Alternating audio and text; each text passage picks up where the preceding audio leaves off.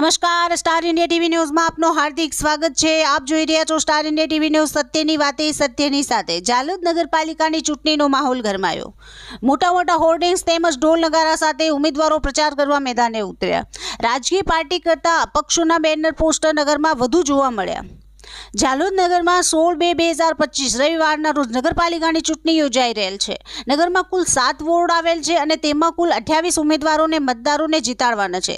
નગરપાલિકાની ચૂંટણી જાહેર થતાં નગરમાં સેવા કરવા માટે ઉમેદવારોનો રાફડો ફાટ્યો હતો અને કુલ 162 ઉમેદવારોએ ફોર્મ ભરેલ હતા। છેલ્લે 108 ઉમેદવારો અલગ અલગ વોર્ડમાંથી ચૂંટણી જંગ લડવા ઉમેદવારી ફોર્મ મંજૂર કરાયેલ છે। નગરના મતદારોમાં અંદરોઅંદર ચર્ચા થઈ રહેલ છે કે આ 108 ઉમેદવારો નગરના કયા કામ માટે ક્યારે નગરની સેવામાં સાચા ઉતર્યા છે।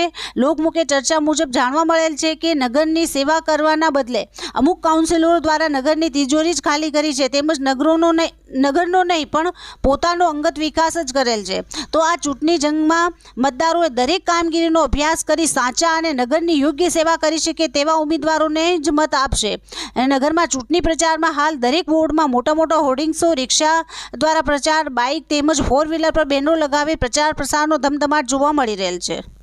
નગરમાં હાલ અપક્ષોએ મોટા પ્રમાણમાં ચૂંટણી જંગમાં ઝંપલાવેલ છે તેમજ નગરમાં આ અપક્ષો કોઈ પણ રાજકીય રીતે પાર્ટી લડતા ઉમેદવારોનું ગણિત બગાડી શકે તેમ નગરમાં માહોલમાં જોવા મળી રહેલ છે।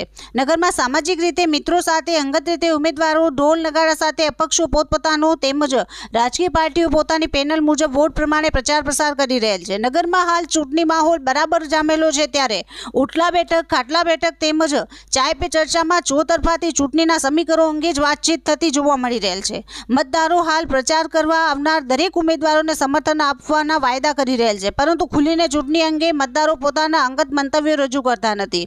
જુદા જુદા વિસ્તારોમાં સાંભળ્યા મુજબ આ વખતે અપક્ષો હુકમના પત્તા બનશે તેવું જાણવા મળી રહેલ છે। જો કે આ ચૂંટણી છે ત્યારે ક્યારે કોના તરફેણમાં માહોલ જામી જાય તે જાણી શકાતું નથી। Star India TV news, Jhalod reporter Pankajbhai Pandit, જિલ્લા દાહોદ।